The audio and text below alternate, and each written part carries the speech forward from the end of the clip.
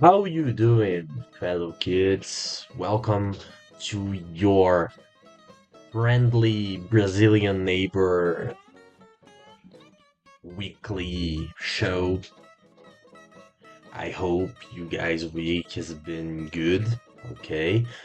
Welcome to another d.i.t.s, the Deep in the Shallow podcast, a complete independent project who are just here for, make good laughs and trying to create some content. Please follow us on Spotify, okay?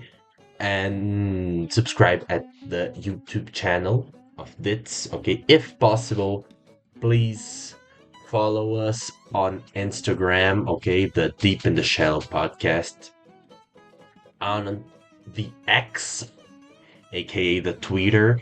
I'm not, making any tweet these days. I don't quite understand how Twitter works. I understand, I'm just too lazy. But please follow us up there. I will try to make these platforms a little bit more movemented. I've been thinking in this project on making some clips, some pills and release it on YouTube Shorts and TikTok and then Reels. But I don't have enough time. Okay, I don't live by this. I have a job. I have college. Maybe if I put my back into it a little more, I could do it. But I don't want to make it for now. For now. Let's make a little library of episodes, and maybe I pay someone to make this for me. Not with its money, of course. I don't get anything to make the dits, and that's it. That's the today's is sunshiny June 21. You know, it's a great day. It's been a great week, but I am completely broke for the month. Okay, I hope in the final month, in the final day of the month, I still have my lever. I don't have to sell my lever, and that's it. That's it.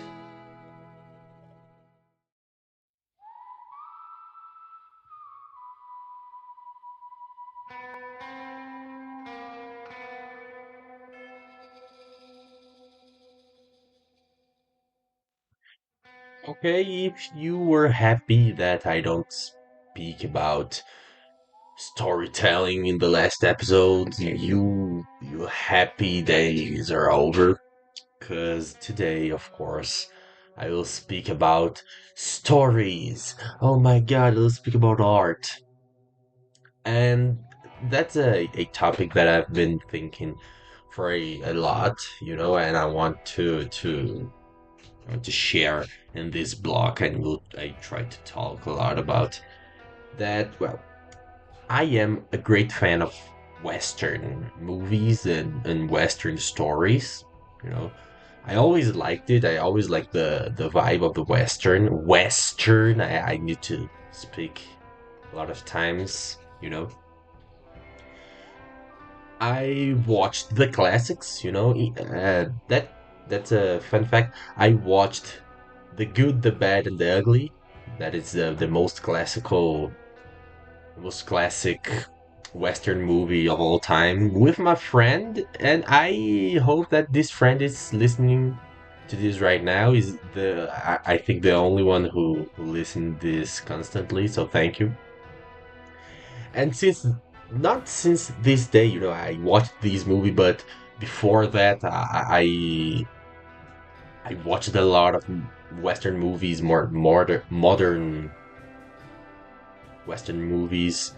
Of course, Tarantino Western movies, and I always liked to read books about Western, neo-Western movies. The neo Western, the modern Western.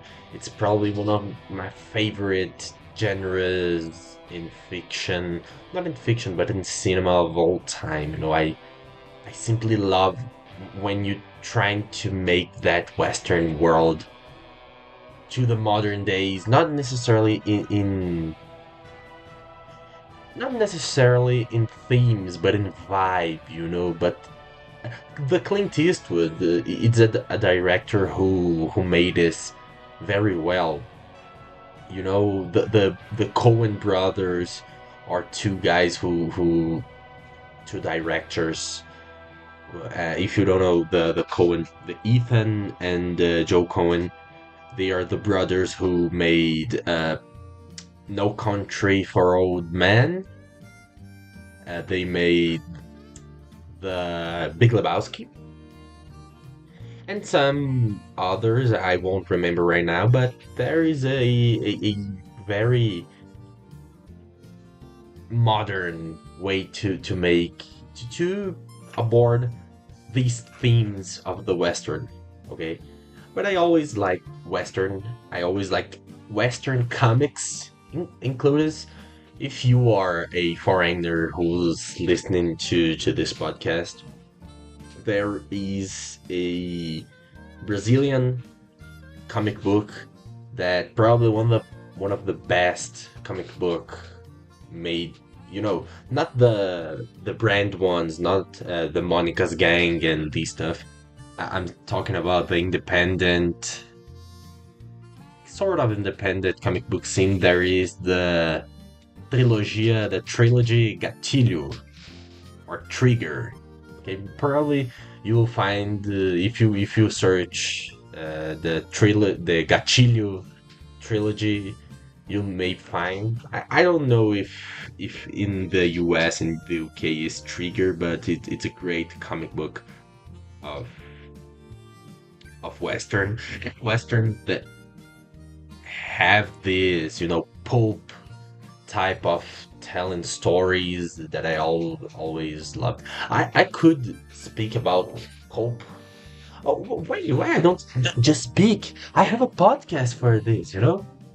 If you guys don't, uh, probably everyone knows what is a pulp story, but don't realize what is a pulp story because everyone, it's very mainstream, the pulp way of telling stories. If you don't know what is pulp pulp fiction, a pulp magazine, it's types of story who was released in maybe in the 20th century, mainly on US, who tell stories, who storytelled about a lot of stuff, but it was an easy story, a cheap story. Not easy, because there was a lot of great writers in the history of US literature who were in pulp world. The Isaac Asimov is one of the greatest. H.P. Lovecraft, probably the one who everyone fixes as pulp fiction stories. The creator of Conan the Barbarian, Robert E. Howard. And there was a lot of these stories, these books, these tales, who never get out of the pulp magazines. It was really cheap magazines, really dispensable magazines. You bought them, you read a tale of 10, 12 pages and throw it away, just like Japanese do with manga today. Not today, since the manga was a stuff in Japan. Because you know the manga that you will read in your house and you watch your anime, it is from the Jump Comics magazine, and this magazine is a fucking brick of 10, 20 stories captures of a lot of mangas with recycled paper and absolutely disposable. Just they read what they want to read and just tossing them in the trash. It isn't a collectible stuff.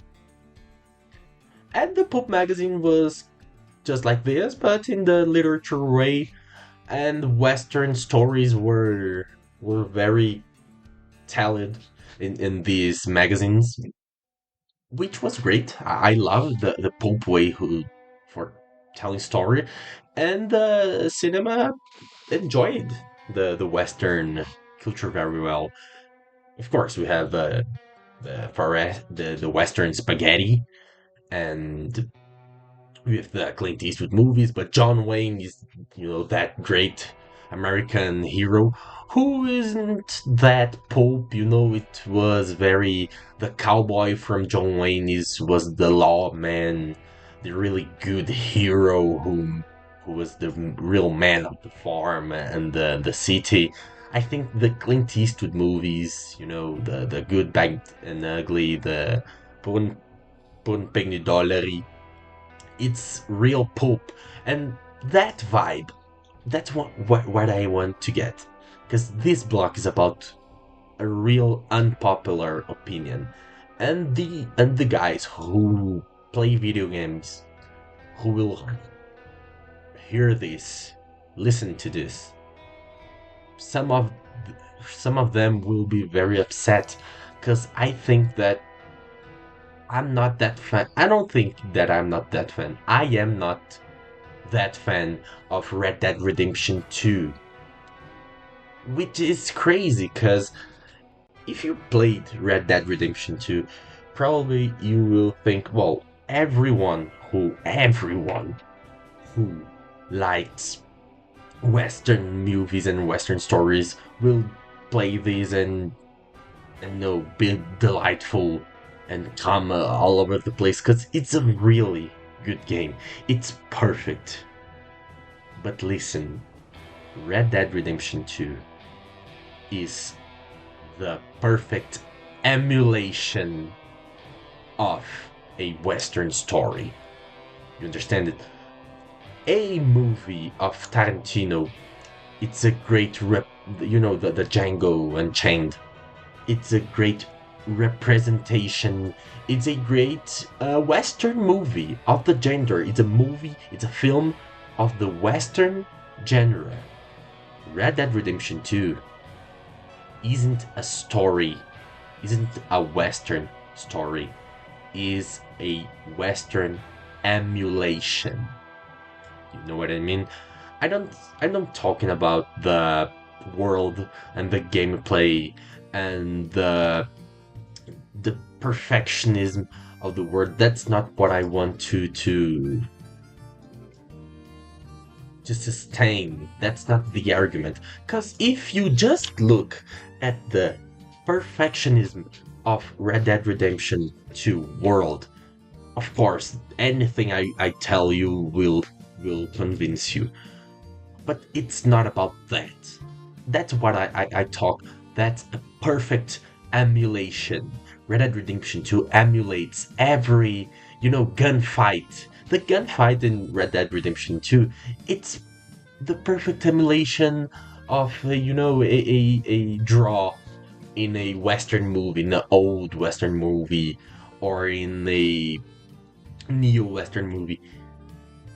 But Red Dead Redemption 2 fails on the pulp scheme. When you play Red Dead Redemption 2, you're playing with John Marston, who is a very complex character. You make the character more complex, but as you go on, as you keep pushing the story, and you keep understanding these characters, Red Dead Redemption 2 leads a very modern and a very Hollywood way of telling the story. I'm not saying that being complex is something bad. Or these old Western, these, in my opinion, real Western stories isn't complex. That's not what I'm speaking. I'm speaking that I'm trying to tell that that's not the core of Western story. Let me get more deep. A Western story, what makes a good structure, a good architecture of a Western story? You know, you have the world, you have the scheme of the stuff, you know, and a village, and you need to be in America, in the US, in a certain type of in a certain time, in a certain year, 1882 maybe. Uh, you can change a lot, because Red Dead Redemption 2 and the first one, it's after the real Western era, but in the same way. Keep going. We have this ambient, we have this scheme of things, and you have the narrative. And that's, in my opinion, is the big difference. The Western narrative, the common Western narrative, it's pretty simple.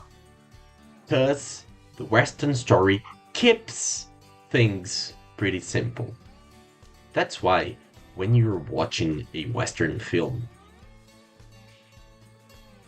probably it didn't have a next movie. Look at it. Tarantino says that the Sergio Leone and Clint Eastwood movies, it's a trilogy. Okay? And in fact it is. But notice, there is no sequel of movies.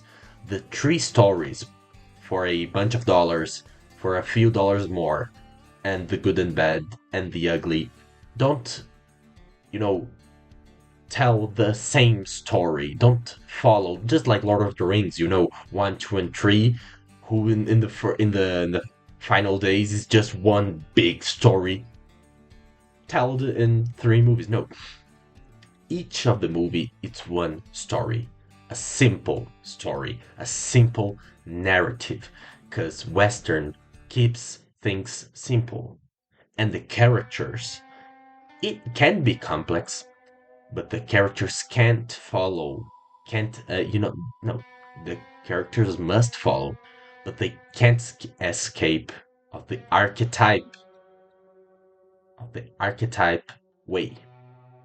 I'm not saying that every story of every Western must be the same. Every Western story must be the same story, the same bullshit with the same archetypes. That's not what I'm talking about. I'm talking that for a Western story, leads, begin, keep pushing, these archetypes must be there. A little mess, you can mess with that hero with no name, with all, or if you watching a John Wayne movie, that perfect cowboy archetype. Let's pretend there is two westerns. Know that John Wayne and Clint Eastwood. I will try to talk about them both. If you are in the Clint Eastwood, you have the archetype of the hero with no name, that real villain who is harming people on the village, just like the Unforgettable. Then Unforgettable, from the Clint Eastwood, who directed and acted, that's a real modernization, but not emulation of a Western story. That's a Western story. Okay, you have all the archetypes. All the archetypes was masked. The story was simple. The narrative was simple, but still was complex, because that's the Western way to tell stories. Why I'm speaking everything at once? Because that narrative, that archetype, it's pulp. It's just like pulp things uh, tell the stories. When you translate that in the video game with Red Dead Redemption 2, that is where is the difference. The world is perfect. You have these archetypes, some of them, yes, but the narrative of Red Dead Redemption 2 don't is a Western narrative. It's, how can I say it? I see Red Dead Redemption 2 much more a Breaking Bad way to tell stories than a Western. You know, Red Dead Redemption 2 is more a TV series, a narrative type than the Western. And that's okay. If you like that story, if you think this combined, because Red Dead Redemption 2, it's a good story. You know, it's a good script, it's a good narrative. But my point is, I don't like it that much, Red Dead Redemption 2, because I am a fucking fanatic on Western stories. And if you take what make a Western story really Western, probably I won't like it. That's why in Red Dead Redemption 2 I tried to do anything but the main story. Even the secondary tasks that you do in Red Dead don't feel like Western. No, the thing that, you know, was really Western was the draws. You know, some mission of the draws and some stuff. But let's remember, you know, the main story, the main missions. There is a mission in Red Dead Redemption 2 that you came in a city, and you set up your camp over there and go to the city, and you discover that the city is ruled by two families, just like for a few dollars. And when you start talking with these two families, the story doesn't, you know, scale until the end of that arc. No, the story goes up, down, you go to the side. I see the Red Dead Redemption 2 stories, all the storylines or the arcs, as growing up in the lateral side, you know, horizontally, not up, not as scaling. Because if in a video game, if that story scales, that it will be down, because that's how imagine, you know, a graphic, and a story begins in the beginning and start to growing up, and that the climax up there and start to down. That's how a story must work. Can be messed, of course. I'm not the storytell teacher here, but that's mainly how a story works. In Red Dead Redemption, when you came to the city, it begins down, start to, you know, rise a little, and keeps it until the climax of that arc. When it happens, a really important, not that really important, important character of your crew dies, and you just go to another city. Look, there is no escalation. There is a same level of story importance, of script importance. And it needs to be like this because of the structure of a Red Dead Redemption video game. Red Dead Redemption 2 is a video game and must follow these rules because it's a game of, you know, 100 hours. But when you do this, you need to sacrifice something, and that something is the way of Westerns. And Westerns, it's not just about the vibe. the clothes, the the scene, the draw scene when everyone is looking at each other with the hand on the gun, and intense music rising. No, no, no. That's a western, but it's not just that. It needs to have pulp. It needs to have a climax, and unfortunately, it needs to have an end. In Red Dead Redemption 2, don't have an end until the end. It needs to be a lot of ends, but neither of these ends are real ends. You know what I'm saying? I talked ends a lot of times, but that's it. But that's it. That's why I'm too fan of Red Dead Redemption 2.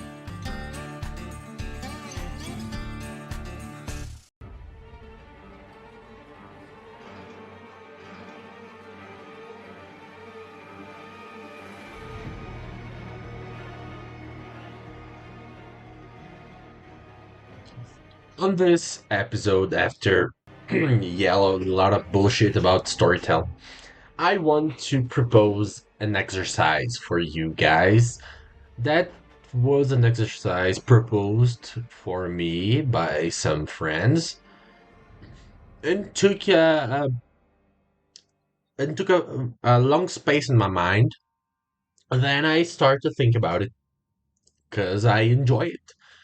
And I visualize myself, looking to the fucking nothing and thinking about it because, well, you guys by now should know that I love The Walking Dead, and I really like zombie apocalypse stories and this stuff. And of course, I imagine that everyone,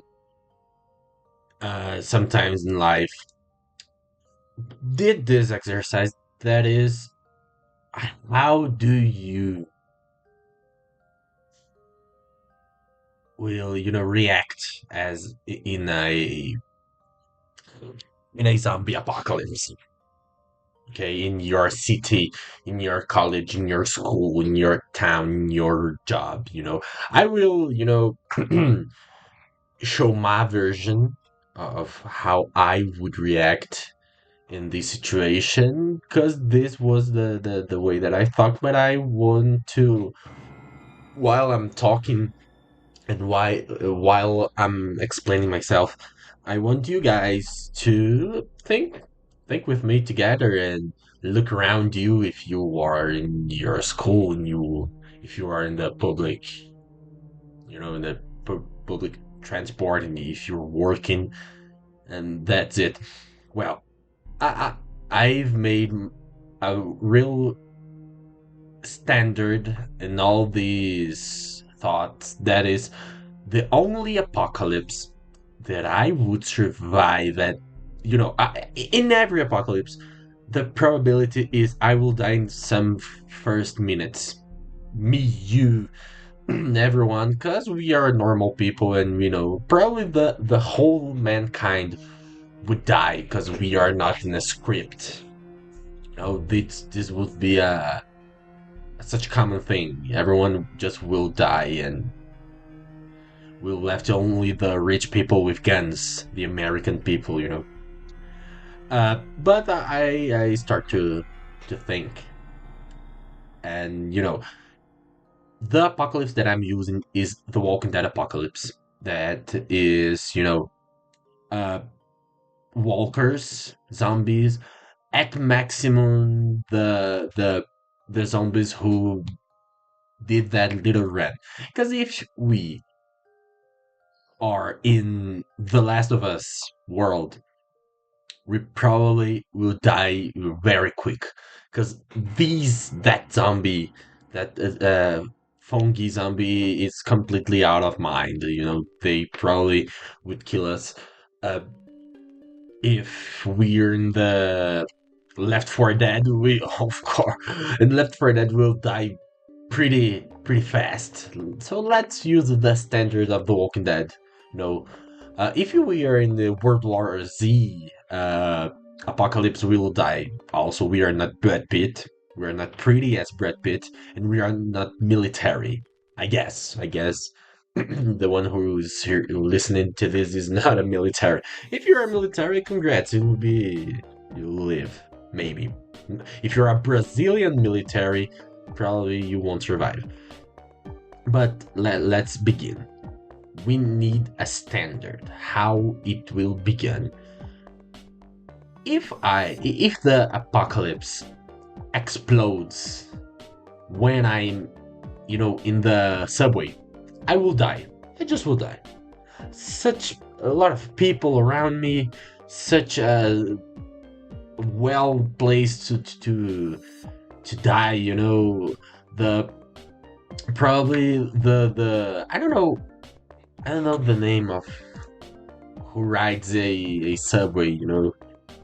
A train operator, a subway conductor. If this guy get bitten by a zombie, probably will just die. So we need a more peaceful place. I live in Brasilia, and I study in a college who is in the south wing of Brasilia. If you search how Brasilia looks like, you'll see that's shaped like a plane. And in the south wing, there is this university that I study. My thought was only on this scenario.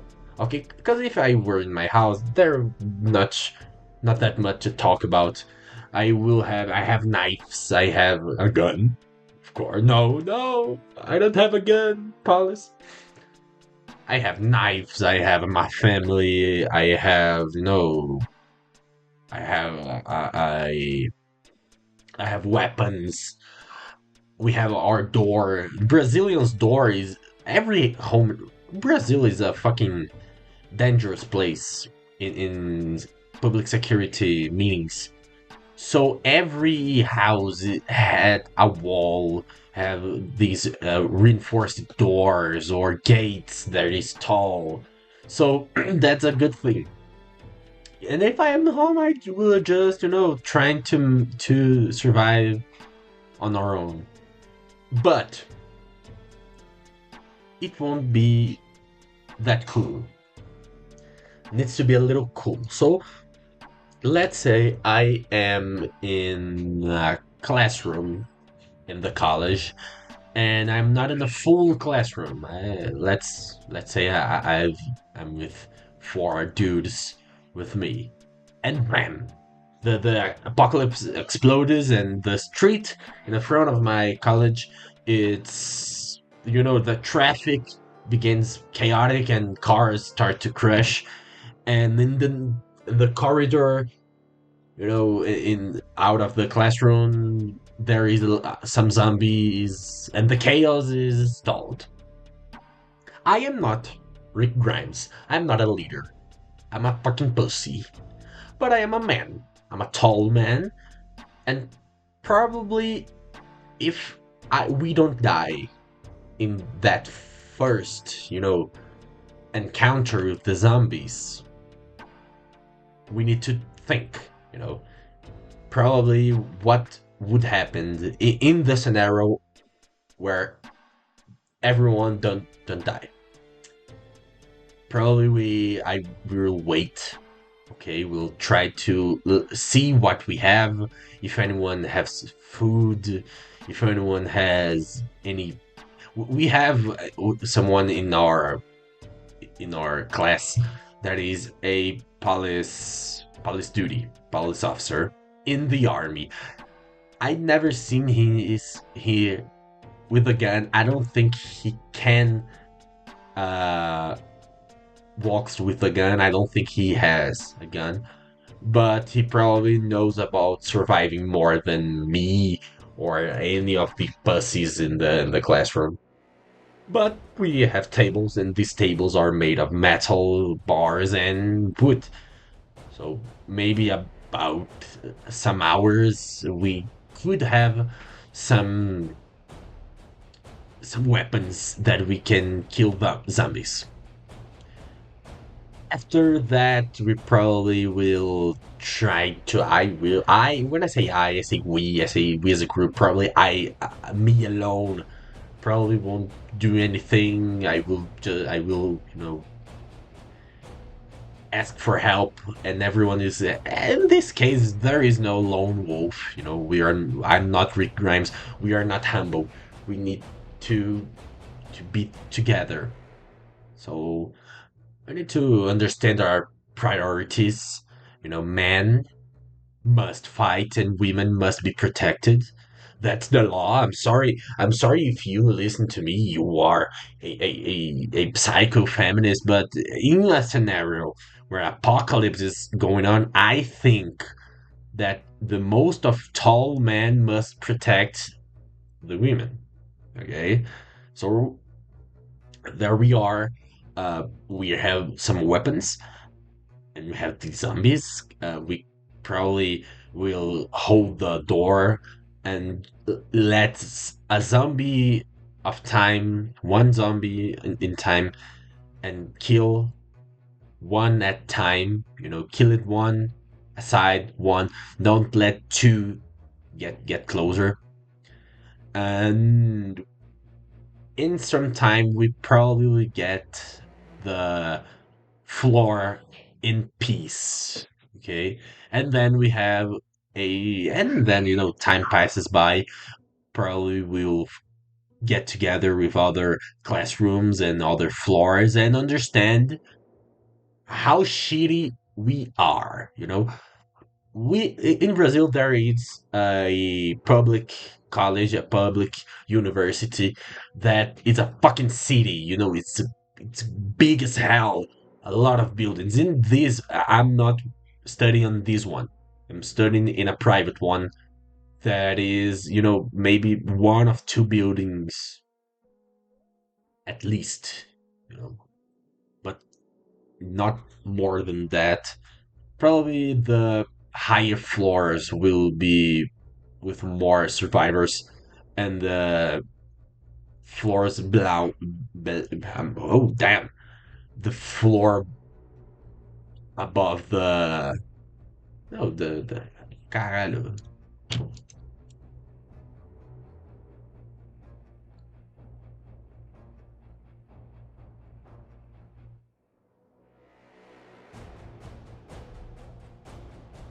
The underground or the basement. I'm sorry. The underground. Probably if you were in the underground, the cafe, you will just be killed because there is no escape, the easy escape, and probably the one of the highest, the height floor, the fourth floor will survive, and then probably the university will become a community. I don't know how good this community will act, because they're all students. A few of them are real adults, maybe half or below half are real adults, and with a little of responsibility. The rest is, really new adults, young adults, or just teenagers in the end of these, 17, 18s. Probably there is no problem, I think, with criminals. So, if you are in the society, the common society, if these apocalypse bangs when I'm in home, probably I will be in the judge of criminals who has guns to, fear me out.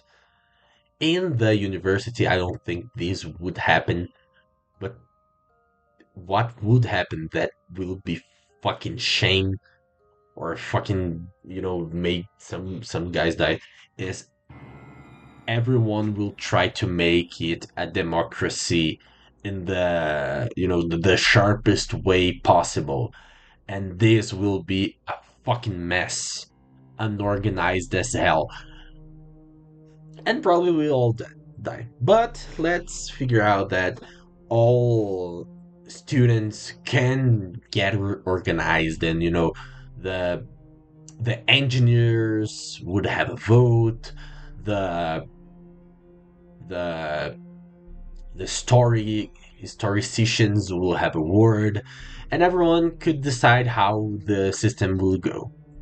In my opinion, it can happen anything like a communist stuff, everyone has voice. Probably this won't happen. They will vote as the messiest way around to get a leader or a group of leaders, or no, the leader of the floor, the leader of the course, the leader of the class that will become the leader of the university.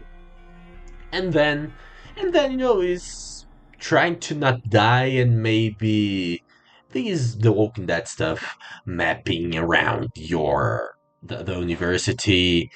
Around the university there is other universities, and there is a lot of residential places, a lot of houses, and further there is some stores, there is some local markets, probably all rip it up in the first second of the apocalypse. And that's a very that's a very realistic society. Not that realistic, probably everyone will die in some seconds, but that what I think it of what could become. And with these friends, I thought some rules on this apocalypse, just like Zombieland, but not that gay. it's it's common sense that the best melee weapon that you could get have, it is a baseball bat, but I live in Brazil, so baseball isn't a common stuff. So maybe probably the second one would be a knife or pipe. A knife would be very useful because there is one stab in the head of the motherfucking zombie, and the zombie's out. Okay? Of course, you need to know how to use that knife. You need to know how to not get bitten by a zombie. But a pipe is very good also, but a pipe, you need a lot of more energy by killing a zombie with a pipe. Because, the zombie is still human. I don't know if you guys imagine how hard it is a human skull, a human cranium, but it's hard as fuck. It's made for protecting our heads.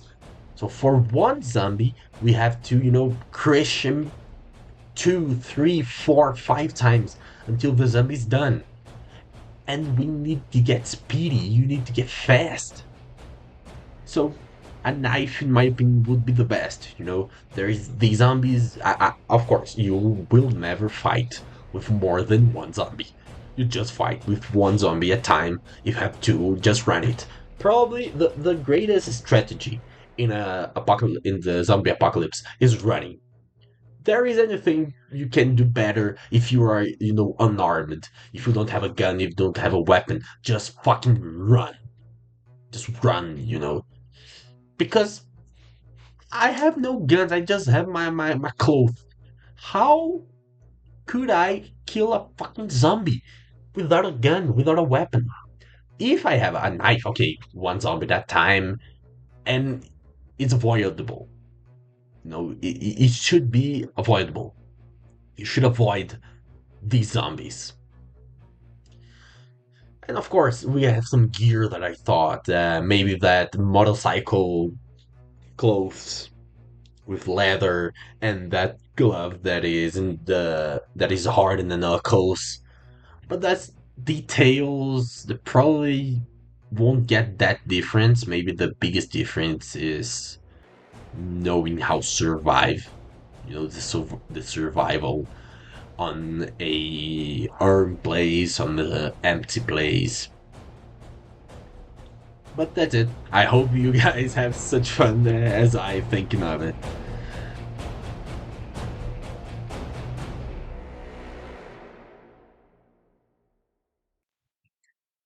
So, guys, this was the weekly bits that you had. I just made two blocks this show because I don't have any much to talk about topics, but I think I did great talking enough about these ones. I speak. If you like the episode, please leave a like on YouTube channel.